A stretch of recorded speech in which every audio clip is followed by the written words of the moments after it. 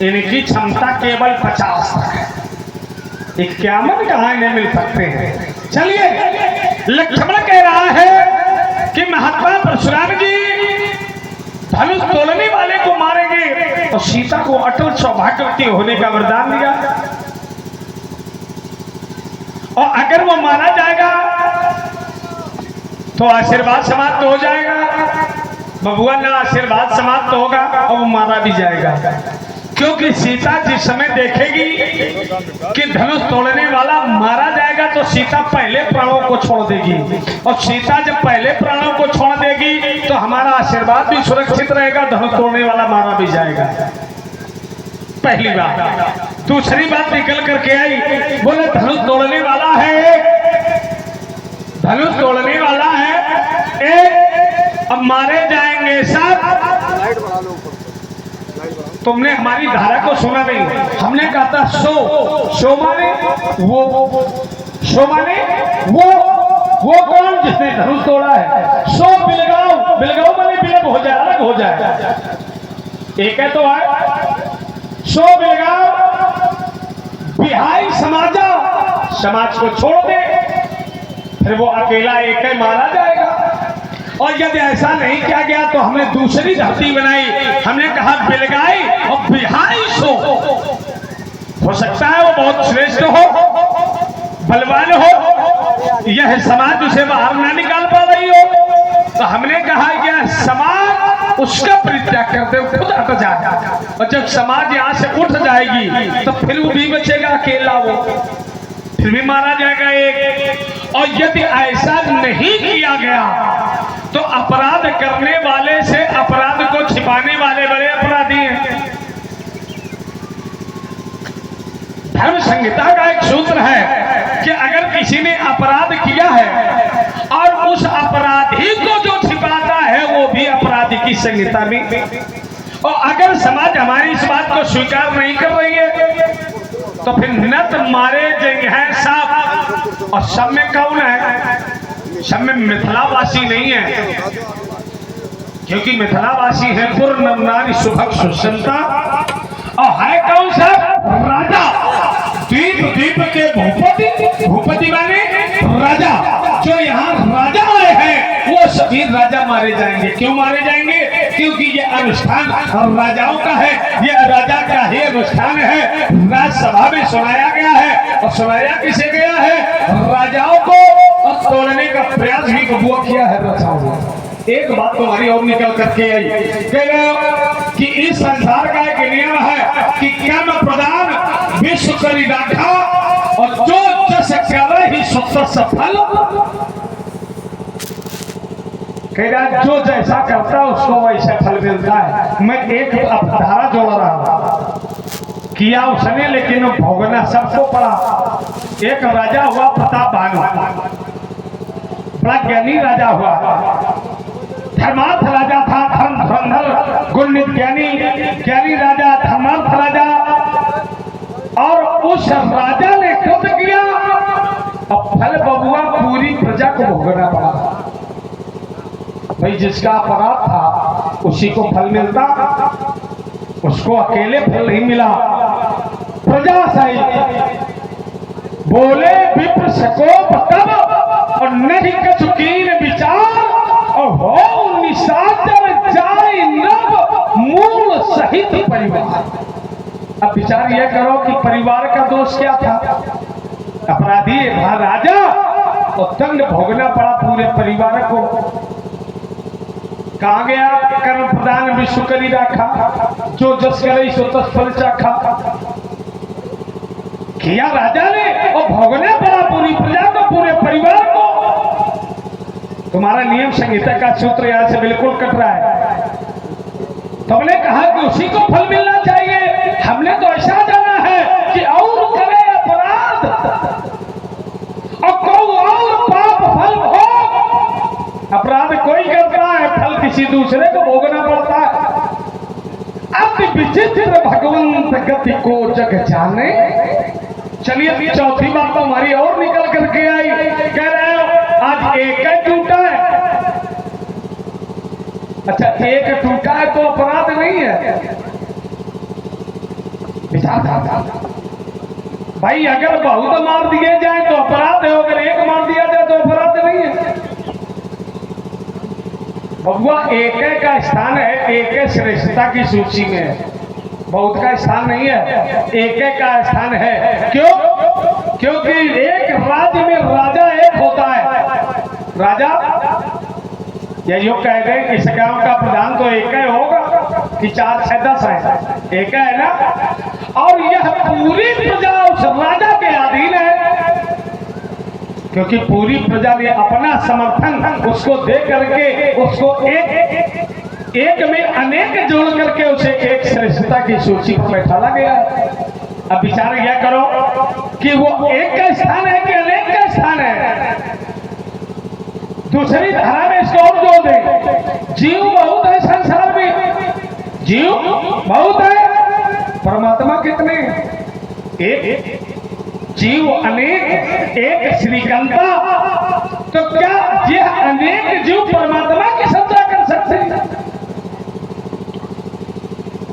तुमने कहा हमें बहुत तो नहीं है, तो बबुआ उन बहुत का मात तो नहीं है, उन बहुत का मात तो नहीं है। क्योंकि जब तुमने वो धनुष तोड़े तो कभी सूर्य के घोड़ों ने अपना मार्ग नहीं छोड़ा, कभी किसी कन्या का विवाह संपन्न नहीं हुआ। लेकिन आज जब एक टूटा है तो कन्या का विवाह संपन्न हुआ है, सूर्य के घोड़ों ने अपना मार्ग छोड़ दिया। भुवन घोर कठोर रो रवि बात तक मार्ग चले। ऐसी स्थिति में तुम्हें विचार करना चाहिए। एक बात तुम्हारी और है, ये धन पर ममता। बबुआ, ये हमारे गुरुदेव भगवान भोले बाबा का है। अब गुरु की ममता, गुरु की वस्तु पर ममता नहीं होती।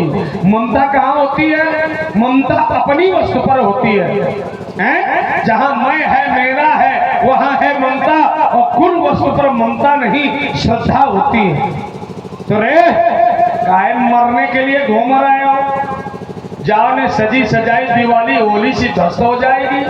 राजा दशरथ चीज पीट पीट कर रोएगा कि ब्राह्मणों ने दिए थे, ब्राह्मणों ने छीन लिए। जो वृक्ष लगाए जाते हैं बेटा, वो कहते नहीं जाते। इसलिए तुम्हें समझा रहा हूँ, रे बालक कालवास बोल तुहिन संहार धन ही सम त्रिपुरार धनु विदित आइए। बहुत ही सुंदर संवाद प्रभावित हुए हमारे शिव प्रकाश भैया भगवंतपुर। आपके द्वारा 11 पुष्पमुद्राएं भार्गव परशुराम जी के लिए और 11 पुष्पमुद्राएं लक्ष्मण जी के लिए समर्पित की गई। भैया के लिए बहुत बहुत साधुवाद, धन्यवाद। आइए, सभी सुधीजनों ने महात्मा परशुराम जी के वक्तव्य को श्रवण किया। अब ध्यान थोड़ा हमारी ओर आप लोग आकर्षित करें। ध्यान देना, महात्मा परशुराम जी ने कहा गुरु की वस्तु के प्रति ममता नहीं, अति श्रद्धा होती है। और मैं ये कहता हूँ, जिस वस्तु के न रहने पर क्रोध की उत्पत्ति हो जाए, केवल ममता का कारण। श्रद्धा में क्रोध नहीं का, क्रोध का दर्शन नहीं होता है। श्रद्धा में तो प्रेम होता है, लेकिन ममता में, ममता के परोक्ष में क्रोध होता है।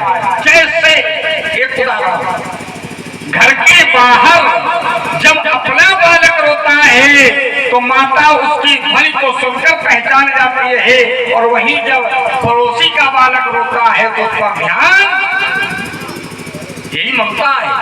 ममता ऐसा कोई संसार में नहीं जो न करता हो, क्योंकि शास्त्र कहते हैं जहिते कछु निज निज स्वार्थ होई और तही पर ममता कर सब।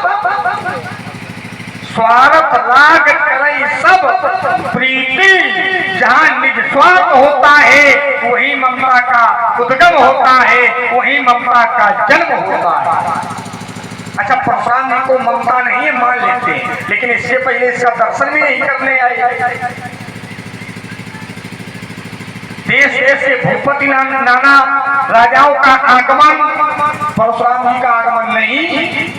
और जैसे ही टूट गया तो तही अवसर, कुछ लोग अवसर की भी प्रतीक्षा करते हैं कि हमें अवसर मिले तो हम कुछ करें। तो अवसर की प्रतीक्षारत रहे। क्या इससे पहले नहीं आए? जो समय जय जयकार हुई तो धनुष टूटने की जो ध्वनि थी उससे भी तीव्र आवाज में जय जयकार हुई रही। भुवन भरी जय जय वाणी और इतनी तेज जयकारा लगा कि धनुष भंग धुन जाप न जानी, तब आपका आगमन नहीं। लेकिन जैसे खंडन किया गया तो तेज अवसर सुन शिव धनु भंगा और आयो भकुल कमल पतंगा।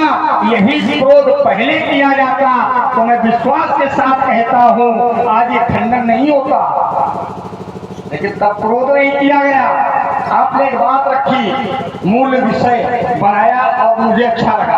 आपने कहा संसार में ऐसा होता है कि कर्म प्रधान विश्व करी राखा के आधार पर निर्णय नहीं लिया जाता है। निर्णय लेने का एक मार्ग आपने बताया कि और करे अपराध को और पाओ फल हो, लेकिन ऐसा कब, और समझना ये पड़ेगा कि ऐसा कब। तो उत्तर मिला अति विचित्र भगवंत जब विधाता विपरीत होता है। ऐसा सबके साथ नहीं होता है, अगर सबके साथ होता तो फिर ये सिद्धांत गड़बड़ हो जाता, रामचरितमानस में इसका प्रयोग न किया जाता। ये सबके साथ नहीं होता है कि कोई काल करे किसी को फल। जरा विचार करो, जब कोई साधक साधना कर रहा है तो फल तो साधक को मिलता है कि सबको। जब कोई किसी को प्रणाम करता है, नमन करता है, तो आशीर्वाद का कार्य कौन करता कि सब करता, केवल करता। क्योंकि सिद्धांत है, ये वसुंधरा का नियम है, यह संसार का क्रम है कि जो दस करी सो तत्फल। लेकिन कभी विपरीत कब होता है, जब भगवंत गति होगी। जैसे ब्राह्मणों ने कहा था राजा प्रताप भान से, बोले सकोप तब नहीं की विचार, उन्होंने विचार नहीं किया, और विचार उन्होंने नहीं किया, इसका परिणाम भोगना पड़ा राजा प्रताप भान को। उसका कोई दोष नहीं था। और ब्राह्मणों ने स्वयं कहा कि भूपत भावी मिटाई नहीं। अब जरा विचार करना आप कि अगर उसका दोष नहीं है तो फिर ब्राह्मण ये क्यों कहते हैं कि भूपति भावी मिटई नहीं, जगत न दूषण तो किए अन्यथा हो नहीं। क्योंकि तुम्हारा दोष नहीं है, ये तो भावी है। और भावी कब होती है, जब परमात्मा विपरीत होता है। हर इच्छा तो भावी बनवाना, भावी प्रबल तभी होती है जब परमात्मा की इच्छा होती है। तो परमात्मा की इच्छा के आगे सब इच्छा है, क्योंकि हुई है सोई जो राम रच रखा। जो परमात्मा चाहता है वही होता है। तो ये बात ठीक ठीक बैठ नहीं रही महाराज। अच्छा, राजा प्रताप भान का जब दोष नहीं है और ब्राह्मण स्वयं कहते हैं, पहले तो श्राप दे दिया, नहीं कचतीन विचार। अच्छा, बिना विचारे के करे के पाछे पछताए।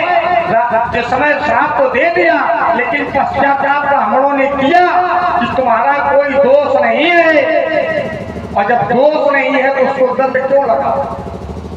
ध्यान देने, इस पर चिंतन होना चाहिए। उसको श्राप क्यों लगा जब उसका दोष नहीं है? मैंने कहा था अपराधी है एक और मारे जाएंगे अनेक। बोले नहीं, ऐसा नहीं, एक ही के लिए घोषणा है। वो निकल के आवे और मान लो किसी व्यक्ति ने अपराध किया है और समाज में छिप के बैठ जाए, वो न निकले, कोई दंडाधिकारी हो, प्रशासन अधिकारी हो, प्रशासनिक अधिकारी कहे नहीं, अगर वो नहीं आएगा तो सब मारे जाएंगे। तो आप लोग ये सोचेंगे समस्या इनसे कि हमसे है? भाई समस्या इनसे है कि हमसे है? समस्या जब उनसे है तो हम क्यों मारे जाएंगे? भाई अपराधी एक है, उसको खोजो। और आप खोज नहीं कर पाते हो तो इसमें आपका दोष है, समाज का दोष नहीं है। जैसे बारात में जो दूल्हा होता है महाराज, वो अलग से दिखाई देता है, क्योंकि बारातियों से उसका देश परिवेश अलग होता है। जिसने धनुष तोड़ा है वो इस समय बारात का दूल्हा है, सबसे श्रेष्ठ है। उसके कंठ में जयमाला शोभायमान हो रही है, और जितने राजा बैठे हैं किसी के कंठ में जयमाला नहीं है। तो आपकी दृष्टि अच्छी नहीं जो आप पहचान पाओ। और उसको जानने के लिए दो नेत्रों की आवश्यकता है, ज्ञान वैराग नयन उर्गारी। ज्ञान वैराग रूपी नेत्र जब आप खोलेंगे तो निश्चित मेरा विश्वास कहता है उसका दर्शन हो जाएगा, क्योंकि संसार उसको जान गया है। मही पाताल नाथ जस व्यापा, और ये सब जान गए कि अमुक बरी की भंजे चापा, अमुक व्यक्ति ने धनुष को तोड़ा है और जानकी से नाता, क्योंकि ये सब जानने वाले हैं और आप नहीं जान पा रहे हो। क्यों? क्योंकि क्रोध पाप कर मूल, क्रोध में व्यक्ति का विवेक शून्य हो जाता है ना, या यूं कह दिया जाए वो सन्नपात में हो जाता है। नहीं, हंसने का विषय नहीं, अगर हम कुछ कहें तो आप उसको हल्का ना समझना। हम अगर व्यंग भी करेंगे वो भी शास्त्र सम्मत होगा। वो सन्नपात में इसलिए होता है कि काम पाप कप लोभ अपारा, क्रोध छाती ग्यारह, प्रीत करें जब तीनों भाई तो उपजय सन्नपात दुख, इनका प्रबल हो जाता है। तो आप क्रोध में हैं और क्रोध में विवेक है शून्य, तो आपको दिखाई नहीं पड़ रहा है। और जब अंदर के कपाटों को खोलेंगे तो विश्वास के साथ कहता हूँ उसका निश्चित रूप से दर्शन हो जाएगा। आपने कहा संसार में श्रेष्ठ एक होता है, बहु नहीं होते हैं। राजा एक होता है, गांव का प्रधान एक होता है, लेकिन चिंतन ये करो जना, प्रधान के साथ में अगर बहु न जुड़े बन पाएगा प्रधान। जब तक बहुत नहीं होंगे तब तक कोई खेल होने वाला। अब ये एक है, अब इनके साथ में बहुत जुड़ने वाला नहीं है। परमात्मा मालिक है जो आगे जुड़े कोई साथ में, और एक नहीं है, बढ़ने वाला है ही नहीं, बढ़ने वाला भी नहीं है। सृष्टि का संचार एक से नहीं है, बहुत से है। क्योंकि जब परमात्मा ने निर्माण किया है तो एक बनकर नहीं आया, बहु बनकर आया, और जब बहु बनकर आया तब सृष्टि का संचार हुआ है। एक बनकर नहीं आया, अगर एक बनकर आता तो संसार बढ़ने वाला नहीं था। महाराज एक की प्रधानता तभी है जब उसके साथ में बहु है। एक अंक को ले लीजिए, उसमें अगर संख्या न जोड़ी जाएगी तो एक का मान एक ही रहने वाला है, एक का मान बढ़ने वाला नहीं है। इससे लंबा ना हो। नहीं, अब इसलिए याद आया कि इसमें हमने 4 बातें छोड़ दी हैं, 3 ही का उत्तर किया। क्रम तो 7 का था, तो 4 को छोड़ा, 3 को लिया है। अब 3 में आप प्रयास ये करो कि 2 आवे। बात चाहे 1 हो, चाहे 5 हो, चाहे 7 हो, लेकिन उत्तर अगर उत्तर किया जाए तो बात 7 बातों का उत्तर हो, लेकिन कम समय में हो। तुमने एक ही समय में पूरा समय चट लिया, फिर तुम्हें याद आया, कहा तुम भूल गए हो हमने कहा क्या था। चलिए छोड़ दिया तो छोड़ दो, लेकिन चलिए तुमने जो बिंदु दिया है हमारे उस पर चिंतन और बहुत कम समय में करूंगा। और हम चाहेंगे ये कि थोड़े पहने वाले चले, सुनने वाले लोग हैं और कम शब्दों में चले, जिससे कि लोगों को ये तो मालूम रहे कि परशुराम का वक्तव्य क्या है और लक्ष्मण का प्रसंग क्या है। भैया आए हो तो कुछ आने का लक्ष्य नहीं, लोगों का फल मिल जाए, सबसे अच्छी बात है। चलिए, तो हमने एक बात रखी थी कि बउआ तुमने कहा था कर्म विश्व कर रखा, जो जैसा कर्म करता है उसको वैसा फल मिलता है। तो हमने कहा था कि बउआ ऐसा नहीं हुआ, कर्म किया और राजा प्रताप बहादुर ने फल उसे पूरे परिवार को भोगना पड़ा।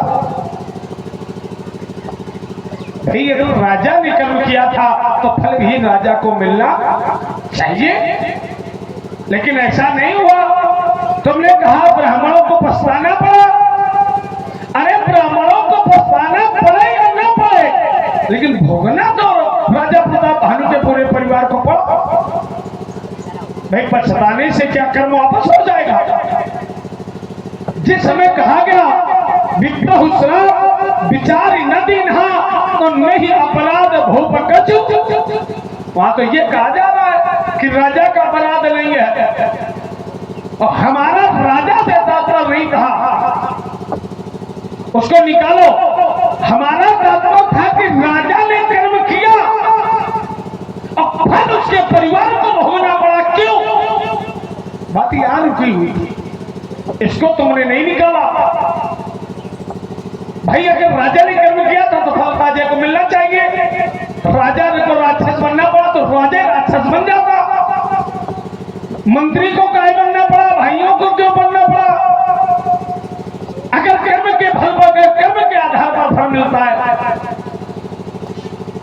चलिए दूसरी बात फिर निकल करके आई। तुमने रखा कि इस संसार में, हमने कहा था बउआ एक का स्थान श्रेष्ठ है, एक का स्थान श्रेष्ठ है। और हमने एक उदाहरण भी दिया था, जैसे एक गांव का राजा बनता है, और तुमने कहा ये सब अगर न जुड़े तो राजा। हमारी बात समझने की कोशिश क्या करो।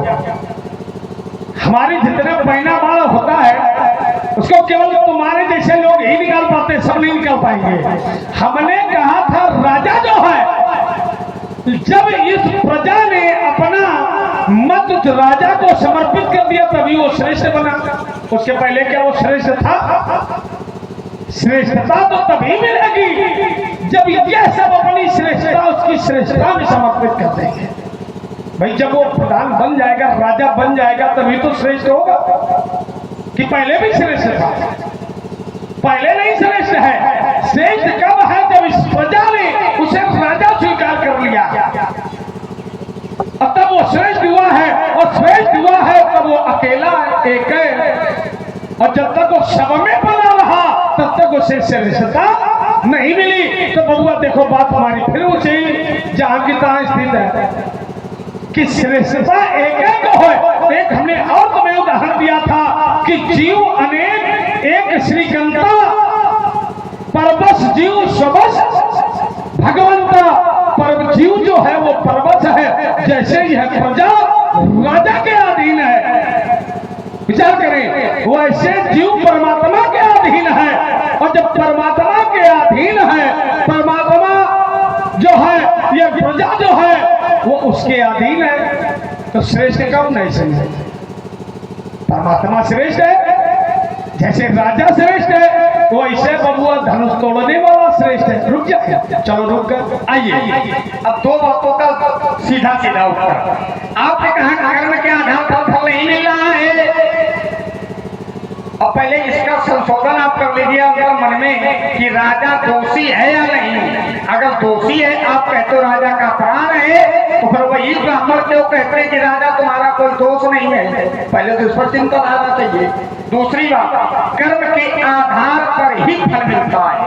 अब मैंने एक बात कही थी, जहाँ परमात्मा विपरीत हो जाए, जहाँ परमात्मा विपरीत हो जाए वहां भले ही निर्णय बदल जाए। अगर परमात्मा विपरीत नहीं है तो कर्म के अनुसार फल। और एक उदाहरण मैं शास्त्र से दे रहा हूं, ध्यान देना चाहता। गोकर्ण और धुंधकारी कथा धुंधकारी के निमित्त करवाई गई। 7 दिवस धुंधकारी ने श्रीमद् भागवत का रसस्वादन किया। विमान केवल धुंधकारी के लिए आया कि जितने बैठे सबके लिए आया? आप लोगों को कथा सुनी होगी। विमान केवल धुंधकारी के लिए आया था, क्योंकि कर्म धुंधकारी के द्वारा किया गया है। वह कथा धुंधकारी के निमित्त है, सबके लिए विमान लेने नहीं आया। गोकर्ण की मुक्ति नहीं है, मुक्ति केवल धुंधकारी की है, क्योंकि कर्म धुंधकारी के निमित्त किया जा रहा है महाराज। तो आहुति जो देता है, ध्यान देना जरा, यज्ञ में जो आहुति देता है तो फल का अधिकारी आहुत देने वाला है, जो घर में बैठा हुआ है। अब वो थोड़ी बात हमारी भी सुन लो। एक बढ़िया बात तुमने रखी है, और देखिए तुरंत जैसा तुम्हारा ऊपरी पर चोट ले। तो मैंने कहा जो आहुति देता फल उसे मिलना चाहिए। हम तुम्हारे घर से एक बात जोड़े दे रहे हैं, आहुति भी ब्राह्मणों ने, संतों ने देखा। तुम्हारी बात में चोट कर रहा हूं। आहुति किसने दी? वशिष्ठ ने, और फल मिला राजा दशरथ। उन्हीं को मिला। रुको, चिंतन करो, रुको, एक क्षण रुको, बिल्कुल चट लो। आहुति क्या तुम्हारे पिता ने दी है? और जब पिता ने आहुति किसने दी है?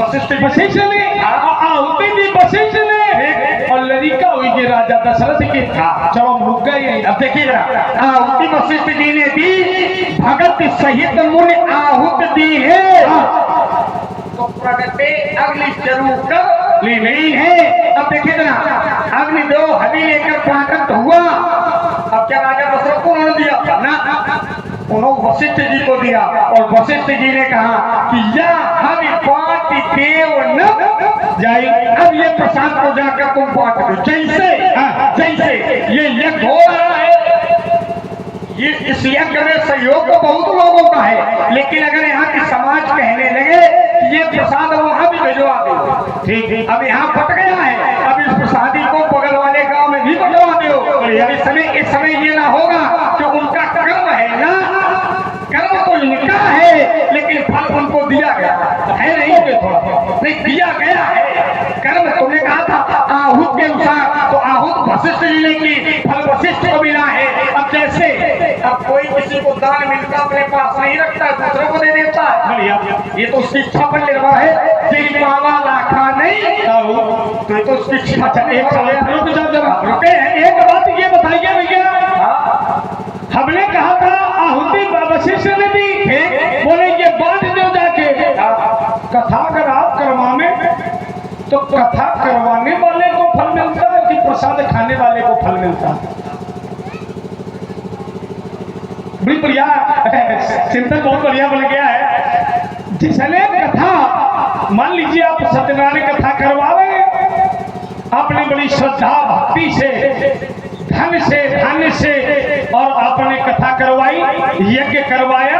अब विचार करो, यज्ञ तुमने करवाया और अगर प्रसाद सबको बांट दिया गया तो फल किसे मिलेगा? फिर रुके। अब देखिए उस यज्ञ में जिसके अनुसार आहुति जाती है, कर्म का भागीदार वो भी होता है। जैसे तुम्हारे निमित्त कभी कभी ऐसा होता है कि लोग कहते हैं कि आप जाप करवा लो, ध्यान देना जरा, कोई संकट है, बोले आप ऐसा करो जाप करवा लो तो आपका संकट कट जाएगा।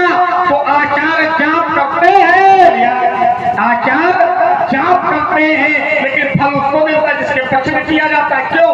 अब पूछो क्यों?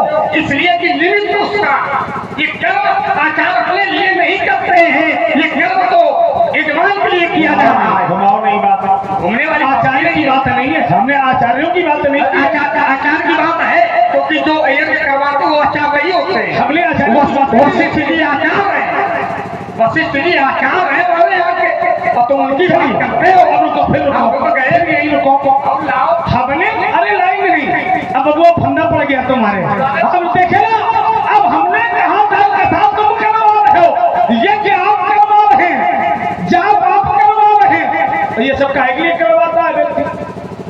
भैया अपने लिए करवाता है कि पढ़ाई के लिए करवाता है? अपने लिए करवाता है।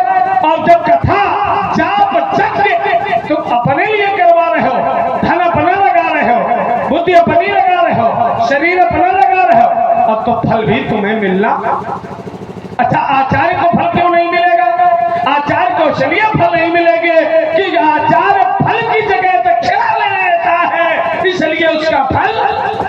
चलो बाबू अब फिर उत्तर हुए नहीं, यही तो हमारी बात है। क्या तुम्हारी बात? इसमें कोई नवीनतम नहीं ला पाए। देखो सुनो, मेरी बात क्या थी, मैंने ये कहा था, ध्यान से सुन लेना, मैंने कहा था आचार्य जैसे वशिष्ठ जी को फल नहीं मिला, फल तो हमारे पिता को मिला।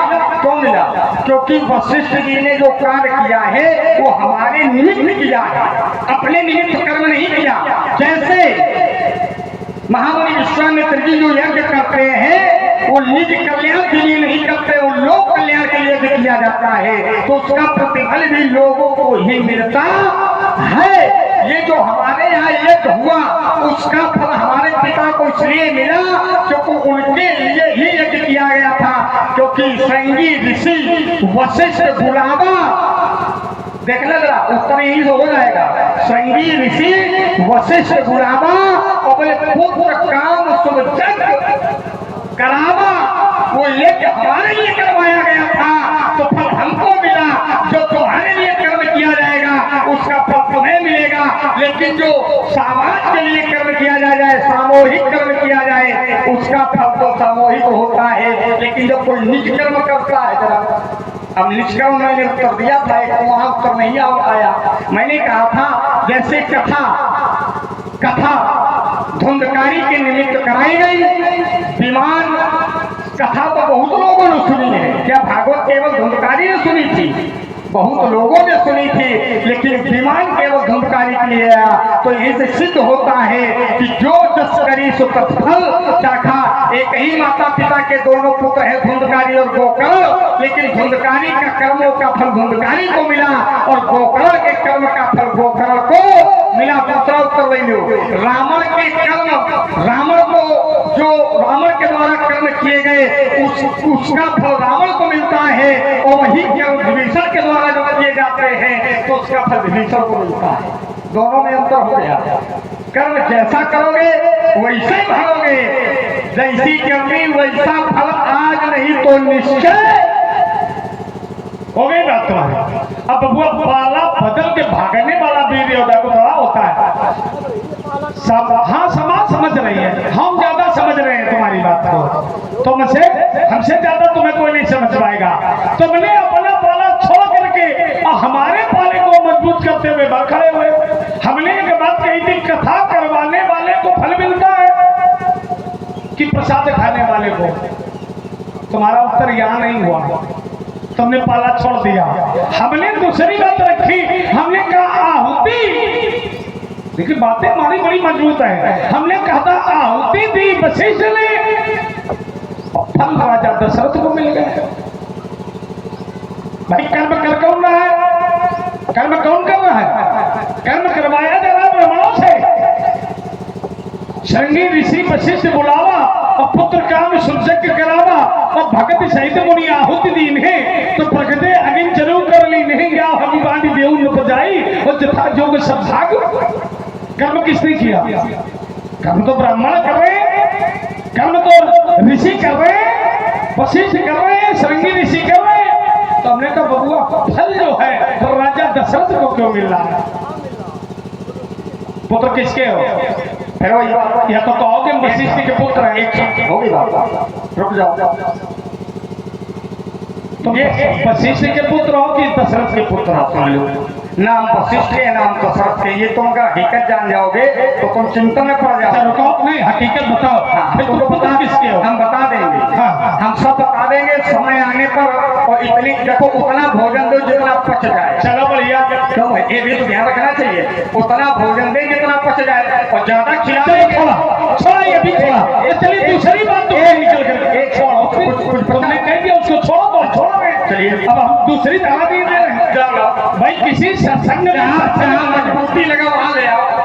जहाँ मजबूत लगे। हमें बबुआ धरती के हर कोना मजबूत लगता है, जहाँ खड़े हो जाएंगे वही मजबूत है। मजबूत हम बना लेते हैं, हम मजबूत बना लेते हैं। और मजबूत बनाने के लिए हमारा उतार हुआ बाबू छाती छरने के लिए तो हमारे तैयार। आज तुम्हारी जंग छोड़ाएंगे तुम तैयार। अच्छा एक बात ये बताओ कि यहाँ धनुष टूटा है, एक विवाह हुआ है। संसार में कुछ लोग ऐसे होते हैं कैसे कि अपना काम बन जाए दूसरे का बिगड़े ना। ये धर्म कार्य है। बिल्कुल सही बात। संसार के जितने धर्मी लोग हैं, ज्ञानी लोग हैं, वो क्या करते हैं? अपना कार्य बना लेते हैं लेकिन दूसरे का बिगड़ने भी नहीं देते। लेकिन और संसार में तुम्हारे जैसे कुछ लोग ऐसे होते हैं, हमारा बन जाए और दूसरे का आगे लग जाए, कोई लेना दे। किसका बिगड़ गया? अब देखिए राजा जनक ने अपना कार्य सिद्ध किया, राजा जनक ने अपनी बिटिया का विवाह संपन्न किया, लेकिन बताइए धनुष का तोड़वा दिया गया। ये तो कंसित हुआ भाई। जिस समय विश्व में हाहाकार मचा हुआ था, जिस समय विश्व में हाहाकार मचा हुआ था, उस समय समस्त देवता एक संत के पास पहुंचे, एक ब्राह्मण के पास पहुंचे और निवेदन किया कि आप अपनी जीवित अस्थियां मुझे दें। वारे संत जिसने विश्व कल्याण के लिए, परहित के लिए, तो जिसने अपनी अस्थियां अज नामक गौ से अपने ऊपर दही डलवा करके चटवा दिया, जीवित अस्थियां विश्व कल्याण के लिए समर्पित कर दी। अब विचार यह करो कि एक संत ने विश्व कल्याण के लिए अपना शरीर न्यौछावर कर दिया। और एक राजा दशरथ और दूसरा राजा जनक, जिसने अपने स्वार्थ के लिए ऐसे संत की अस्थियों से निर्मित धनुष का खंडन करवा दिया। भाई विवाह वो कर ले, विवाह के विरोधी नहीं है, विवाह हो जाए लेकिन किसी का बिगड़े नहीं। तो पैसा करो, तुम उसको संभालो, हम इसको संभालें। ढूंढो चल के कौन लोग नहीं। किसको? तुमको संभालो, तोड़ने वाले वो हो। कायर होते हैं बेटा जो दूसरों का साथ लेते हैं। हमने विश्व में कोई जोड़े नहीं रखा जो हमारे साथ चल सके। तो फिर कोई चुनौती बिना माएगा तुम धोड़ के दिखाएगा। वो आकर के मेरे सामने पैर छुएगा, गलती मानेगा।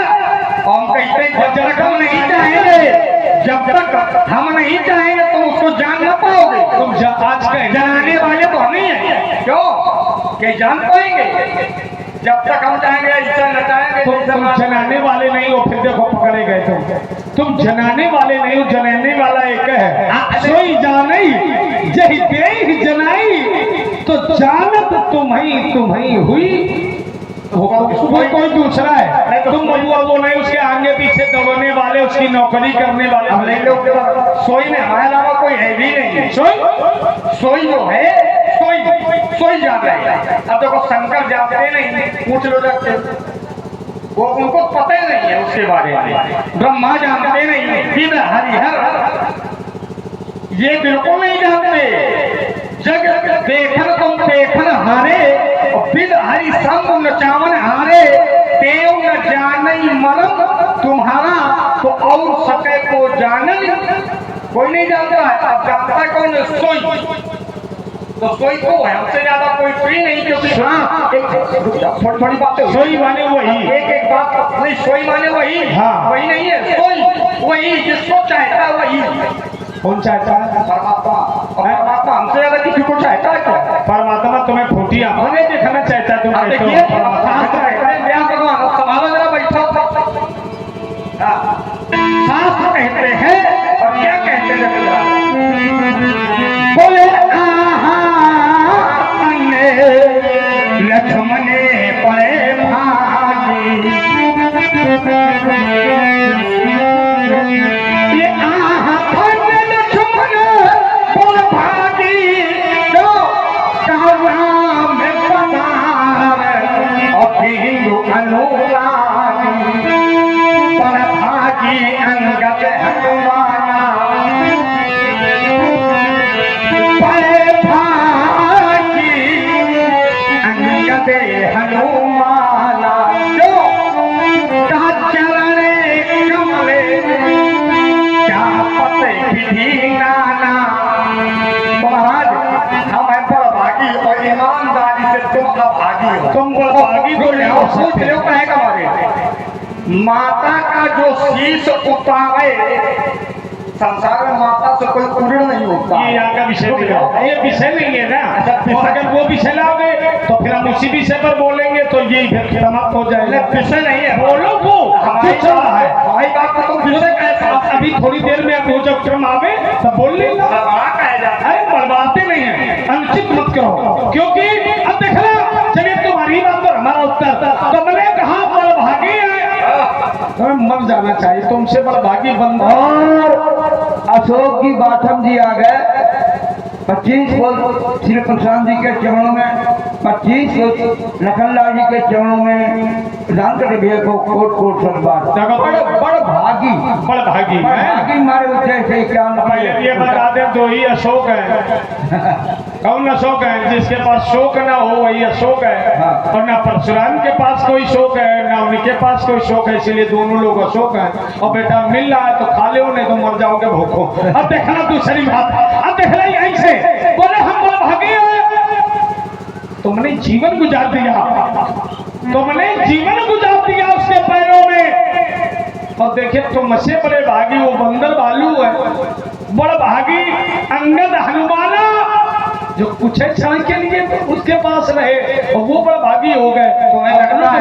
रुक जाओ, बीच में नहीं, बड़ी अम्मा न बनो जाओ। अच्छा हम बड़ी अम्मा। हाँ, बड़ी अम्मा यहाँ नहीं बनना है। अब देखना, अब देखे बड़ा भागी कौन है? हम कहते हैं उसके पास बिल्कुल न जाओ। जिसका तुम कह रहे हो जो बड़भागी कर रहा है, जो बड़भागी बनाता है, उसके पास बिल्कुल ना जाओ, और फिर भी बड़भागी हो जाओगे। कैसे? बोलो सुनो जननी और सोई सुता है बड़े भागी। कई मंदिरों में जाने की आवश्यकता नहीं है, घंटी बजाने की आवश्यकता नहीं है, चारों धाम अयोध्या काशी मथुरा जाने की आवश्यकता नहीं है।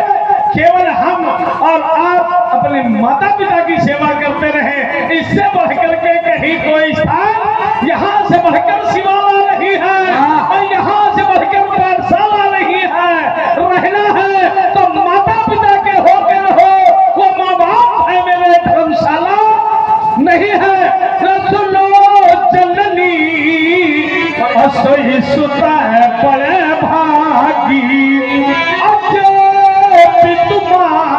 तो बच्चन अनुरागी कहीं जाने की आवश्यकता नहीं बहुआ। अपनी बात हमने घेराबंदी ठीक लगाई। अच्छा इसीलिए ऐसे घेराबंदी लगाते हैं। अपनी बात तुम्हारी घेराबंदी ठीक, लेकिन देखो कट गई। अब कैसे कट गई देखना जरा। तुमने कहा सुन जननी सोई सुत बड़ भागी। अच्छा जननी तो होती कौन है संसार में? तो फिर शास्त्रों से पूछा गया कि हर स्त्री को क्या माता कहा जा सकता है? कहा नहीं। कौन है? बोले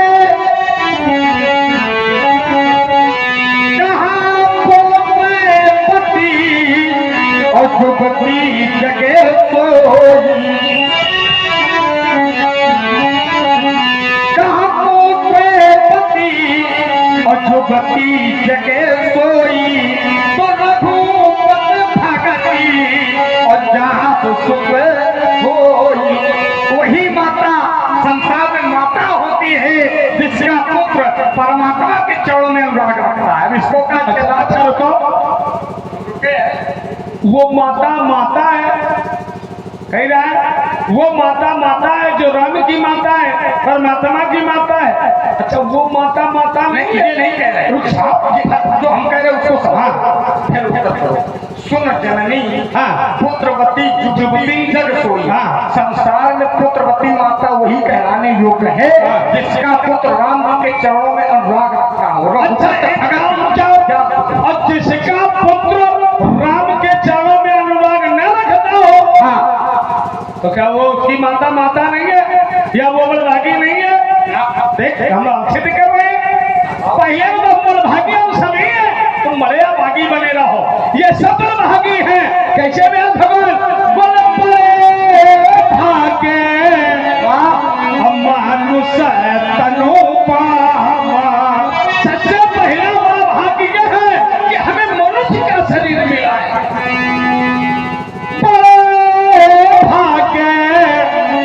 मानुष तनु पावा असुर दुर्लभ है। वो स्वर्ग में रहने वाले देवता भी चाहते हैं कि हमें एक बार मनुष्य का शरीर इस तरह पर मिल जाए, लेकिन नहीं मिलता है। ये उनका भाग्य है, लेकिन बलभागी ये सभी है। बोले बड़े भाग्य मानुष तनु पावा असुर दुर्लभ धने गावा।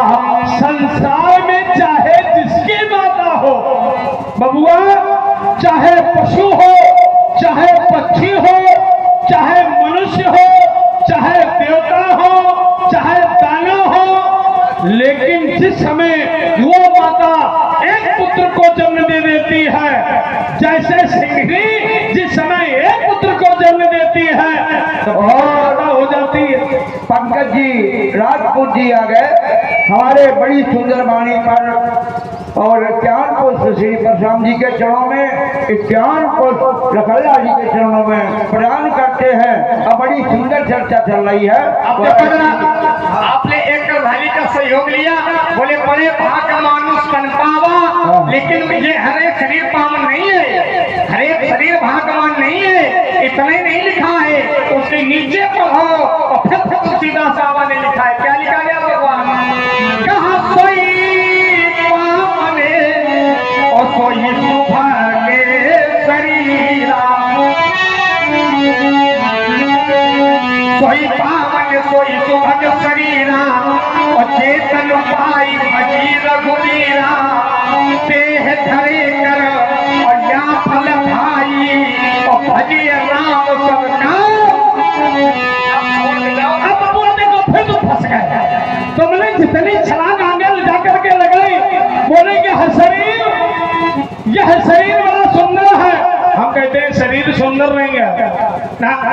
बोलने वाला सुंदर। क्या बात है, ये शरीर क्या है? शरीर है क्या? ये 5 तत्वों से मिला है। यह शरीर बोले छिटी जल अभी इसको भगवान बता रहे जल बाबा कहने लगे। किसको? इसी शरीर को। तुम्हारी बुद्धि खराब है। नहीं, हमारी बुद्धि तुम्हारी ये कह रहा है। एक क्षण एक क्षण नहीं रुको, हम थोड़ी सी बात कहेंगे, ज्यादा हाँ कही लो। तुमने कहा, हम तो इस पर ध्यान गया कि बड़े भाग्य मानुष तन पावा, बड़े भाग्य से ये शरीर मिलता है। तो शरीर श्रेष्ठ है क्योंकि नर्तन सबने तोनी दे ही और जीव चराचर जाचते ही। और अब आप कहने लगे रुको रुको, तुम जितने होशियार हो हमारे लिए 2 कौड़ी के हो। अब देखो, ये तुमने पढ़ी थी चौपाई, हमने पढ़ा था बड़े भाग्य और मानुष तन पावा और सुर दुर्लभ सदग्रंथन। बड़े भाग्यशाली वो लोग हैं जिन्हें मनुष्य का शरीर मिला।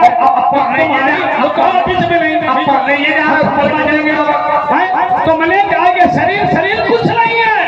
क्या क्या सब छेड़ देंगे मुंह में। बनाया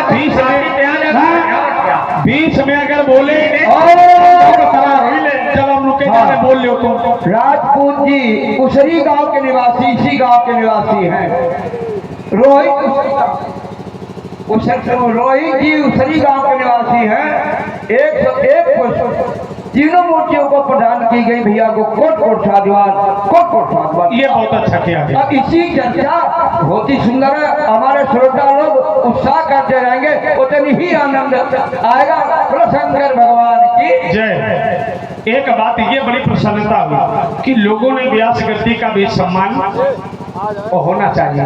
अगर लक्ष्मण है, परशुराम है और साथ में भगवान व्यास भी, ये भी अवतार है, भगवान का अवतार है। और तो व्यास भगवान का भी सम्मान साथ में होना चाहिए, ये हमारा धर्म ग्रंथ कहता है। और हमारे 11 पुष्प, ये हमारी छोटी देवी है, देवी यानी यह कह दिया जाए शारदा मैया, या कह दिया जाए गायत्री माँ, या कह दिया जाए दुर्गा माँ के रूप में 11 पुष्प संवाद पर प्रसन्न होकर प्रदान की देवी जी को कुट। अब देखिए, तो मैंने कहा कि शरीर जो है, हमने ये शरीर की प्रशंसा नहीं की थी, फिर तुमको प्रशंसा तुमने की थी। सोई सुंदर सोई सुभग शरीरा, तुम्हारे लिए शरीर सुंदर होगा, लेकिन इस शरीर को जो सुंदर बना लेता है, शरीर तो मिल जाता है और ये 5 तत्वों से जो मिला, बोले छिटी जल पावके गगनो समीरा पंच तत्व माने सुंदर होता है। बेटा तो मैंने कहा ये सुंदर शरीर है, सुभाग है, सुंदर है, लेकिन हम कहते ये शरीर बहुत अधमा है। काटना तुम इसको। और देखिए, इस शरीर को सुंदर बनाया जाता है, बनाया नहीं होता है, इसे बनाया जाता है। बोले जिसमें बोले बड़े भाग्य मानुष तनु पावा असुर दुर्लभ सदग्रंथन गावा। अब यह शरीर मिल गया, से करना क्या है? तो वही दिवाली कहती है, बोले यही तन करो फल दिशाय भाई असुर के उसल पे अंत दुखदाई। क्या शरीर दुखदाई बन जाता है? नर तन पाई अभिषय मन देही तो पलट सुधा दे विषय सदा। यह मनुष्य तन पा करके भी अगर विषय वासना की ओर यह शरीर अक्सर हो जाता है, तो ऐसा लगता है जैसे अमृत को छोड़ करके यह विष पान कर रहे हैं। अब इसको निकालो, केवल अल्लाह मचा के भगना चाहता है। अब देखो, इतना सब कुछ तुमने बोया, आया हमारी जगह पर निकल के। अब देखो कैसे आए। मैंने कहा था सोई यही शरीर नहीं है, मनुष्य का ही शरीर नहीं है। एक बात तो ये कहता है कि हमारे पास मनुष्य का शरीर नहीं था, कौवे का शरीर है लेकिन फिर भी उस शरीर से उसको ममता है। और क्यों है? व्यास भगवान यह तन राम भगति में पाई।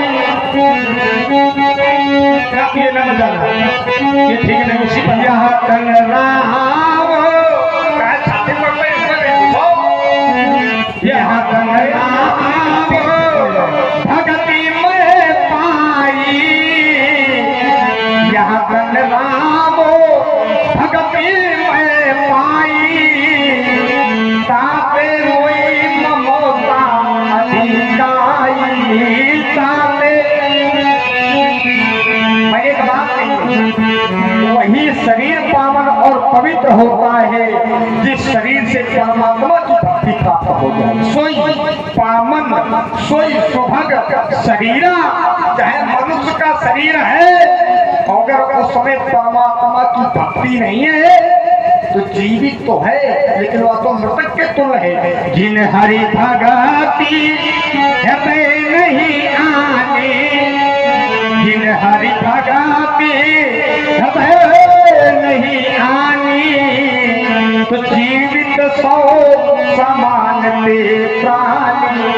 जीवित सौ समान ले प्राणी।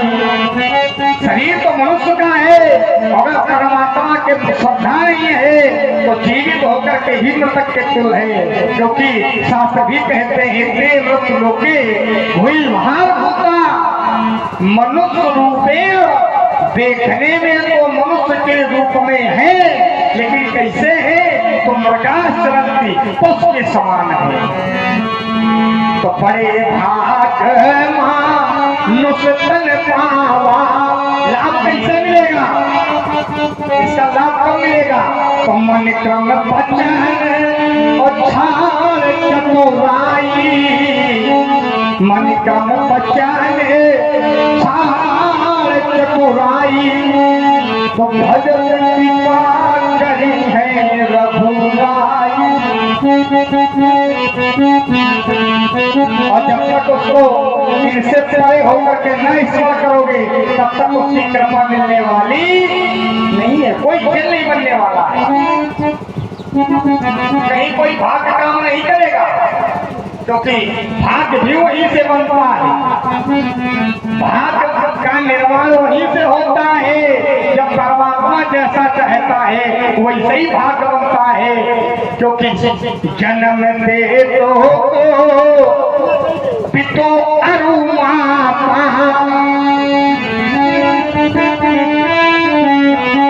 घर में शुभा शुभ दे विधाता। घर में शुभा शुभ। तो भाग्य का निर्वाह महाराज वहीं से। सुन रहे हैं, बड़ा सुंदर संवाद। प्रभावित हुए भाई अखिलेश जी राजपूत आपके द्वारा 21 पद प्रसून तीनों मूर्तियों के श्री चरणों में भेंट किए गए।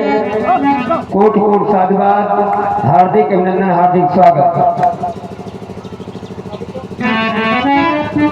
अब हमें विचार ये करना पड़ेगा हम उत्तर इनका काय पर खड़े हैं। कोई तुमने धरती ही नहीं रखी। जहां पाला था पाला छोड़ करके फिर तुम भाग गए। अब तुमने कहा एक व्यक्ति रहता है कहा नीलमणि पर्वत पर। काकमुशुंडी जी महाराज कथा सुनाते। अब बोले वो कहते कि यही तन राम भक्ति में पाई। अब ताते मुहि ममता अधिकाई। बोले इस शरीर से मैं राम भक्ति मिली है। हम तो कहते हैं बबुआ जिसने जीवन में कभी राम का नाम नहीं लिया, जीवन पर्यंत कभी उसने राम का नाम नहीं लिया। अब तुम कहते हो भक्ति मिलती है और हम कहते वो उसके समान हो जाता है। जिसने जीवन में कभी राम का नाम न लिया अब वो उसके समान हो गया। प्रमाण हम दिए दे रहे हैं। बोले बोलता नाम जगत जग जाना।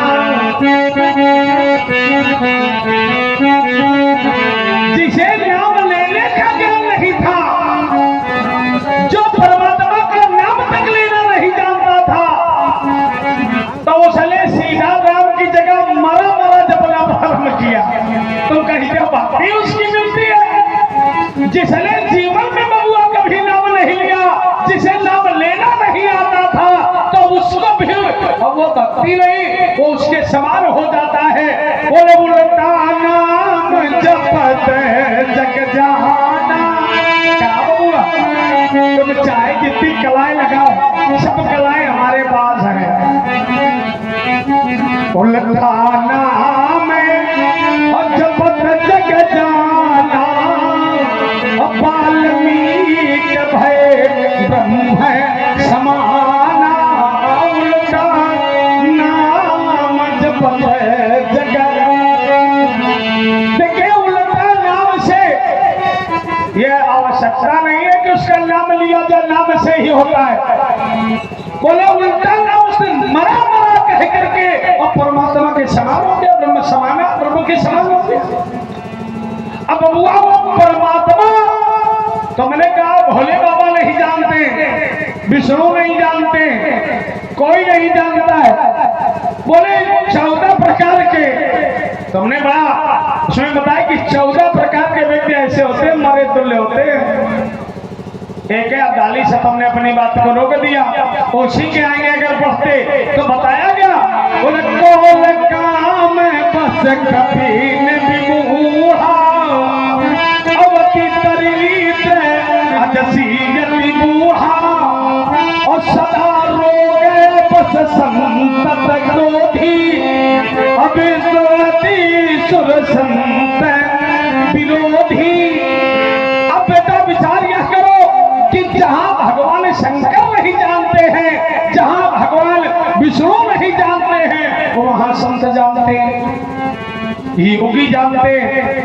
और योगी जो परमात्मा नहीं जनाता है वो भी जान जाते। प्रमाण हम दिए दे रहे हैं। बोले जानता कौन है, तो बताया गया जानने वाला कौन है। बोले यही जगत जामिनी जाग ही जोगी,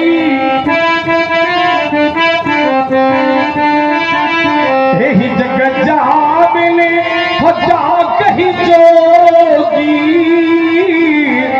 परमारथी प्रपंच वियोगी। जो मोह रूपी रात्र में जगते हैं वो जानते हैं। एक जगह ऐसा आया जहां परमात्मा ने एक स्वयं को छिपाव किया, बताया नहीं परमात्मा ने। अब परमात्मा ने पूछा, भेष बदला है, और भेष बदल करके वो पूछ रहा है कि मैं रहने के लिए कोई मार्ग बताओ। आप लोग यहाँ रहते हैं जंगलों में, हमें रहने के लिए कोई मार्ग बताया जाए। तो वही देखिए उसकी चतुरता, वो चतुराई से पूछ रहा है। लेकिन योगियों के सामने उस परमात्मा की चतुराई नहीं चली और उन्होंने जान लिया।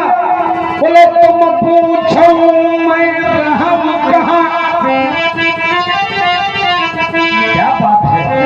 बोले तुम पूछो मैं रहूं कहाँ, अब मैं पूछत सकुचाऊं, और जहां न हो तुम देव कहीं तुम्हारी दिखाओ। बोले तुम हमसे ये पूछ रहे हो कि हम रहे कहाँ, हम तुमसे ये पूछ रहे तुम हो कहाँ नहीं, और जहां ना हो वो मैं स्थान बताओ, वही तुम्हें स्थान हम बता देंगे। परमात्मा चक्कर में पड़ गया। परमात्मा ने विचार किया कि हम इनसे छिपाव कर रहे थे, लेकिन हमारा सारा भेद तो बबुआ ये योगी जो परमात्मा तक नहीं बताता वो भी जान लेते हैं। और हम सब कुछ जानते हैं, तुम्हारा भूत भी जानते हैं, तुम्हारा भविष्य भी जानते हैं, तुम्हारा वर्तमान भी जानते हैं, इसलिए हमारे चक्कर में ना पड़ो। देखिए जानते वही है, वही बात है जिस पर परमात्मा की कृपा होती है। देखिए अब जब तुम चौपाइयाँ पढ़ रहे हो, पढ़ना तो सहार है, समझना थोड़ा कठिन है, उनको समझो और उत्तर वहीं से निकल के आएगा।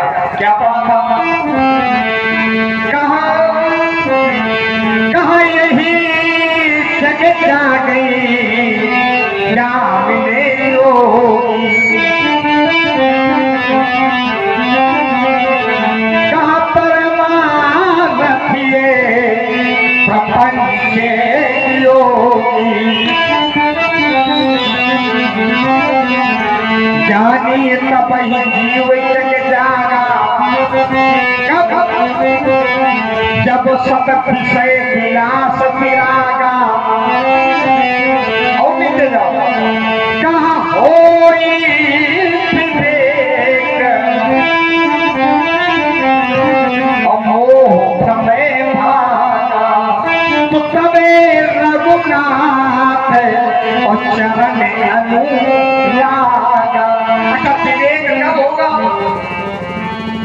अब उत्तर एक समझना है तो यहाँ से उत्तर लो। वही विवेक, और जब विवेक कब होगा?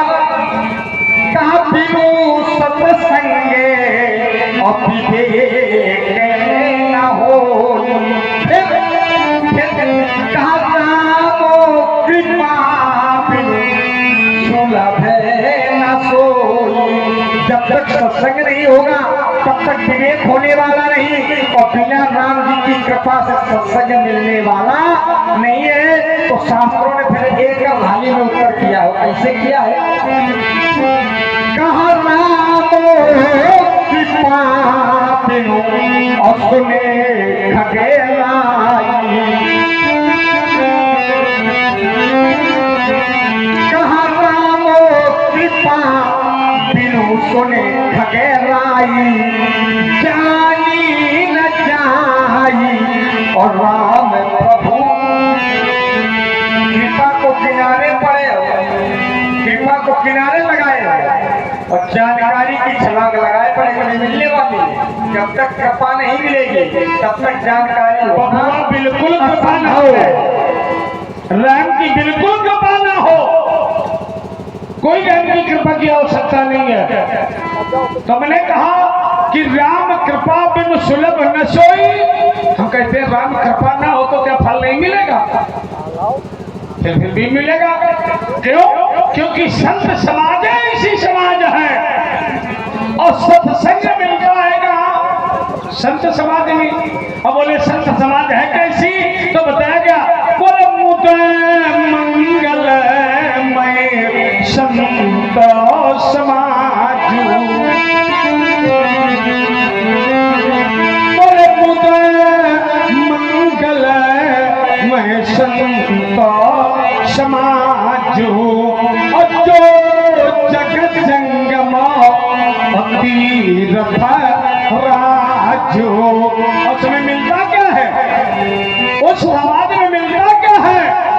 तो बताया गया कि जो जगत जंगम तीर्थ राजो, उसमें स्नान करने से मज्जन, बोले मज्जने फल केवल ना हो फल मिला, मज्जने फल अपेक्षी तथा काला पक्का वो मराला। उस संत समाज में अगर बउआ कौआ स्नान कर लेता है ये तुरंत फल मिलता है। संत समाज दो प्रयाग है, पहला अचल प्रयाग और दूसरी सचल प्रयाग। अचल प्रयाग तीर्थराज प्रयाग और सचल प्रयाग जहाँ संतों का समुदाय। और संत सचल प्रयाग में स्नान करने से उसका फल तुरंत प्राप्त होता है। बोले तत्काल और होता क्या है? बोले काक होई पिक बकौ मराला। ये सचल प्रयाग में कौवा स्नान कर लेता है तो कोयल बन जाता है। अगर सत समाज में बगुला स्नान कर लेता है तो वह हंस बन जाता है। बोले हंस अगर स्नान कर ले तो बोले हंस परमहंस बन जाता है। तो फिर प्रश्न बना परमहंस स्नान कर ले तो उत्तर मिला परमहंस धूत बन जाता है। फिर प्रश्न कर दिया गया अगर धूत स्नान कर ले तो बोले धूत स्नान कर लेता है तो अवधूत बन जाता है। बोले अवधूत स्नान कर ले तो बोले जीवात्मा और परमात्मा का मिलन अर्थात उसे मोक्ष मिल जाता है। बोले मोक्ष का लक्षण क्या है? तो बताया गया अज्ञान ग्रंथई भेदनई मोक्ष। अज्ञान रूपी ग्रंथ का भेदन कर देना ही स्थिर मोक्ष का लक्षण है। तो ये अज्ञान ग्रंथ क्या है? तो बताया गया बोले मैं अरुमोरे अथोरे तय माया। बोले मैं अरुमोरे अथोर तय माया। जीव निकाया, यही तो माया है, ये मेरा है, ये तेरा है। और आप है शिवप्रकाश सिंह जी भगवंतपुर, आपके द्वारा 11 पथ प्रसून दोनों श्री विद्वानों के श्री चरणों में और 11 पथ प्रसून व्यासपीठ पर समर्पित किए गए। कोट कोट साधुवाद। आइएगा कहाँ से प्रारंभ हुए तो मुद मंगलमय संत समाजू छोजन जंगम तीरथ राजू। तो हम इसको स्वीकार करते हैं, ये संतों का समागम भी एक तीर्थ के समान है, लेकिन मिलेगा कब? समस्या तो ये है क्यों भाई, संतों का समागम तीर्थ है, लेकिन होगा कब, आएगा कैसे? तो भोले बाबा से पूछा तो भोले बाबा ने कहा गिरजा संत समागम, कहा गिरजा संत समागम समन लाभ कछुआन। लेकिन मिलना कब है? तो फिर हरि कृपा न होई सो कावैते पुराण। जब तक परमात्मा की कृपा नहीं होगी तब तक संतों का समागम मिलने वाला नहीं है। अब मोई भा भरोस हनुमंता, अब मोही भा भरोस हनुमंता। जो कहा पिलो हरि कृपा और मिलह नहीं। अब बबुआ, हमने कहा था राम कृपा हो या ना हो, ये सत्संग का प्रभाव के माध्यम से लोग पहुंच जाएंगे, लोग जान लेंगे। सो जाने ही सत्संग प्रभाव, ये आगे का हो गया। सत्संग भी तो हरि कृपा से मिल रहा है। हमने कह रहा है ये सत्संग का प्रभाव है, तुम आगे पीछे लगा तो सत्संग मिलेगा, चिंतन यहाँ करो। चिंतन तुम्हारी बुद्धि खराब है, तुम वहां पहुंच ही नहीं पा रहे होता। जब सत्संग का प्रभाव होता है तो किसी की कृपा की आवश्यकता, ये सत्संग का प्रभाव है। अगर सत्संग का प्रभाव है तो राम कृपा करें और चाहे बिल्कुल ना करें, वो बिना राम की कृपा के सत्संग के प्रभाव से अब वो क्या कहूं, वहां राम कृपा नहीं है बबुआ, वहां सत्संग का प्रभाव है। हम कहते हैं वो सत्संग रूपी गंगा में स्नान ना करें, उस सत्संग रूपी कृपा ना हो तो फिर वो कौवा कोयल कैसे बनेगा? हम चाहे जितनी कृपा राम करते रहे, लेकिन जब तक सत्संग रूपी गंगा में स्नान नहीं करेगा तब तक बनने वाला बोले सोई जान नहीं। और सत्संग प्रभाव, ये सत्संग रूपी कृपा का प्रभाव है, और सत्संग के माध्यम से सब कुछ हो सकता है। अगर सत्संग है और सत्संग का प्रभाव है तो बबुआ फिर कोई कृपा करने वाले पीछे पीछे दौड़ते हैं, कृपा करने वाले उसके पीछे पीछे दौड़ते हैं और उसे कहीं जाने की आवश्यकता नहीं रहती है। ये बात हमारे को समझ में कम आ रही है। आएगी नहीं तुम्हारे समझ, इसलिए नहीं आ रही। मैंने ये कहा था सत्संग कम मिलता है, तो मैं कहा ये सब सत्संग के माध्यम से जान लेंगे। इसको नहीं, तुम भी गड़बड़ करते हो, चलिए ये भी गड़बड़ कर रहा, तुम भी गड़बड़ करो। अभी ऐसा होता है कि जो गड़बड़ करे उसको त्याग, बिल्कुल त्याग नहीं दे। हम गड़बड़ करने वाले को थोड़ा त्याग देते, तो हमारा जा सकता है ज्यादा गड़बड़ से। सुनो, फिर बढ़िया बात आ गई। देखिए, गड़बड़ करने वाले को नहीं त्यागना चाहिए, उसे समझाने का प्रयास करना चाहिए। बोले कैसे? बोले अगर मूर्ख व्यक्ति हो, मूर्ख हो तो फिर उसे समझाना नहीं चाहिए। क्यों? बोले मूर्ख हृदय न चेत जो गुरु मिलहि बिरंचि समा, अफूलई फलई न वेद यद्यपि सुधा पर सही जल भी। लेकिन अगर जल है तो वहीं पर बताया गया, बोले सत सुधराई सत पाई परस को घात। अगर सच भी है तो भी सत्संग के प्रभाव से सुधर जाता है। और बबुआ इतना सत्संग चल रहा, तुम सुधर नहीं रहे हो। अब देखो हम तो तुम सट हो नहीं सकते। मैंने कहा वही वाले हो। हमने कहा था कड़वा कर रहा है, इसको त्याग दो। बोले त्यागना नहीं कि समझाना चाहिए, नहीं उसको निपटा देना चाहिए। कैसे? हाँ, एक यज्ञ में बहुत राक्षस कड़वा कर रहे थे, और कैसे कर रहे तो फिर ये कहानी से मैं तुम्हारी करता हूँ। कहाँ पे खम चके निशा चरे धावई, देखत जोग निशा चर धावई, करही उपद्रव समुनि दुख गुआई। समझाया नहीं? क्या किया?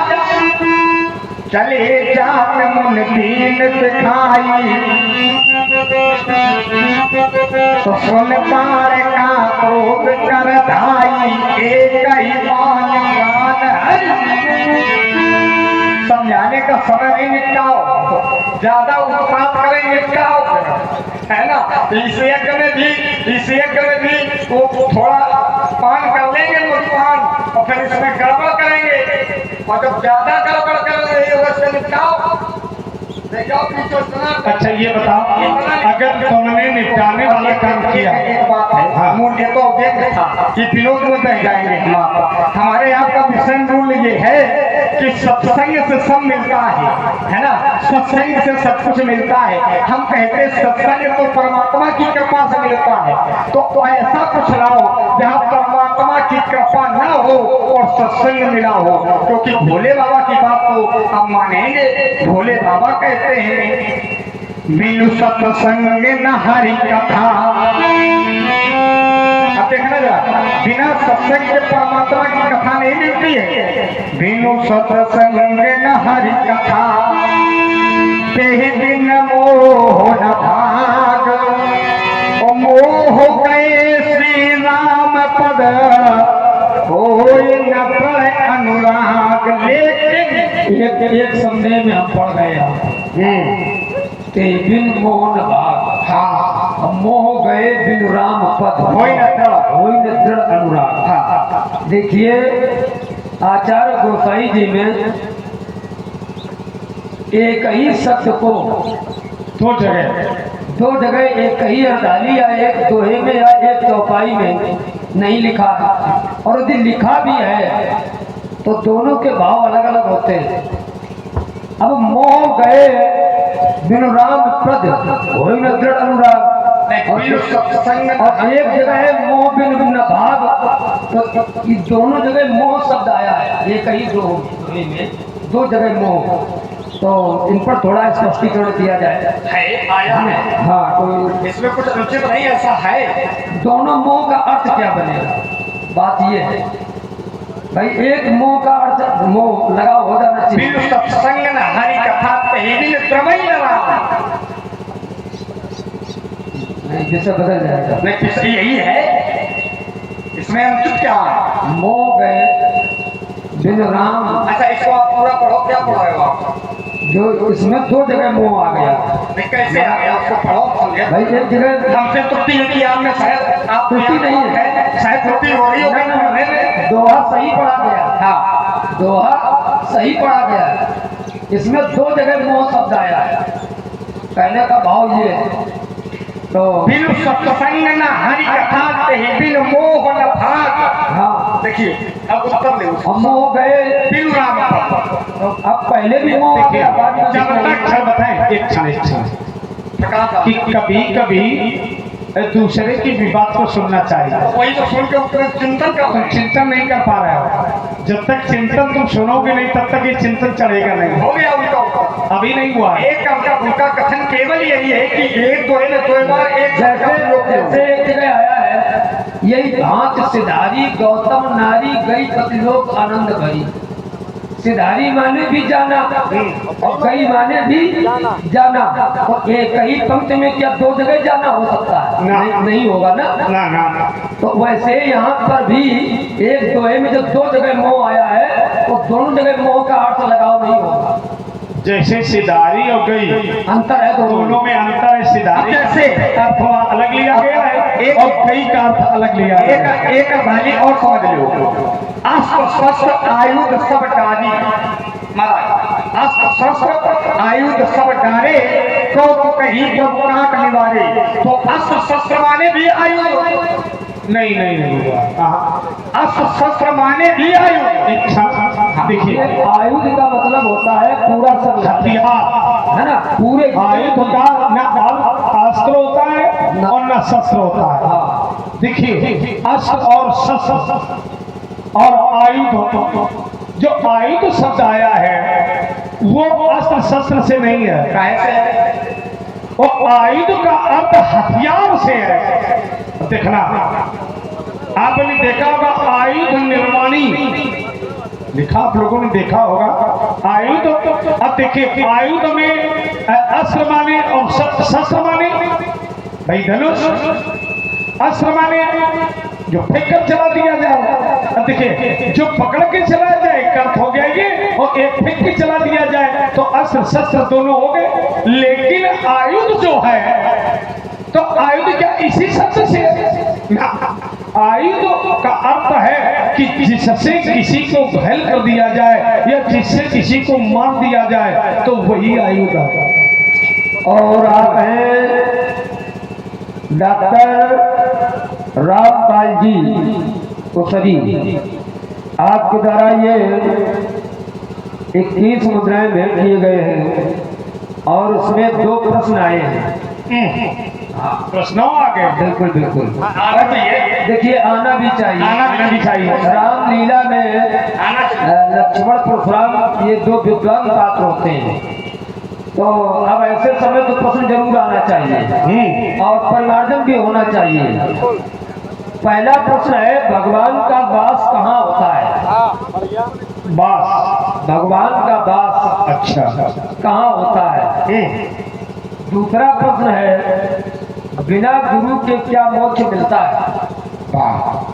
तो एक काम कर दे, एक लक्ष्मण कर दे। बिल्कुल बिल्कुल तो पहले काम करें कि हम करे दे रहे हैं भाई, क्योंकि पहला प्रश्न है और पहला प्रश्न है कि भगवान का वास कहाँ है। तो अभी ये प्रसंग व्यास भगवान उठा था। बिल्कुल। और जब कोई ज्यादा सरल प्रश्न आ जाए तो वो हमसे पूछ लेना, कठिन वाला तो नहीं बता पाएंगे।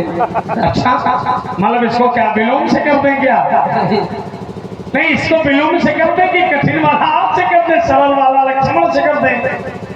देखिए अब देखो आपको हमारी आपको उससे जो अच्छा लगे उसका उत्तर कर दे।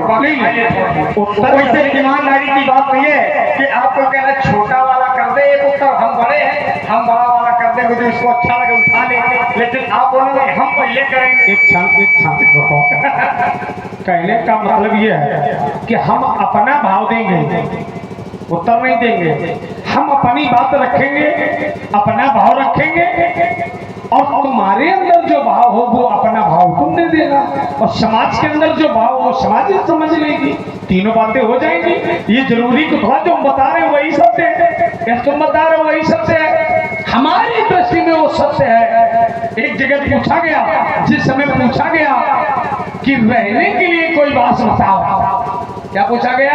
अभी ये प्रसंग चल चुका है? और क्या पूछा गया? वास।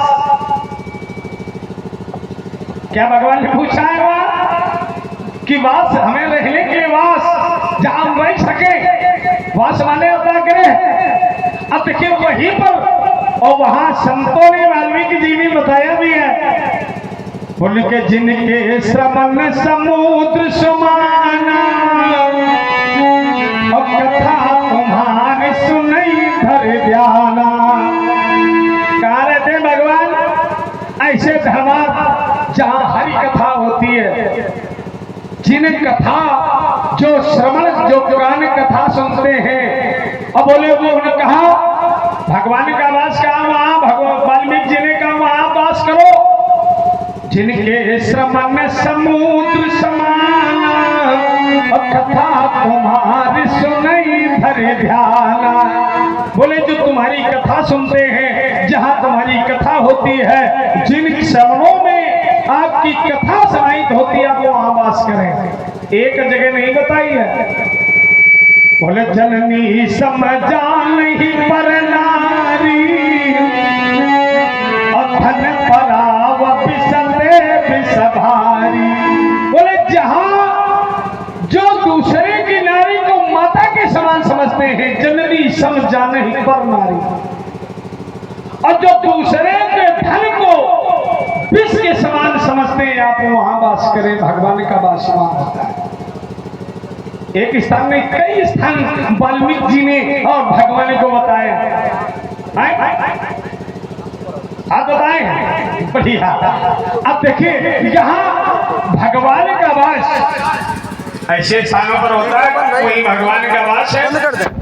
एक विषय का परमार्थ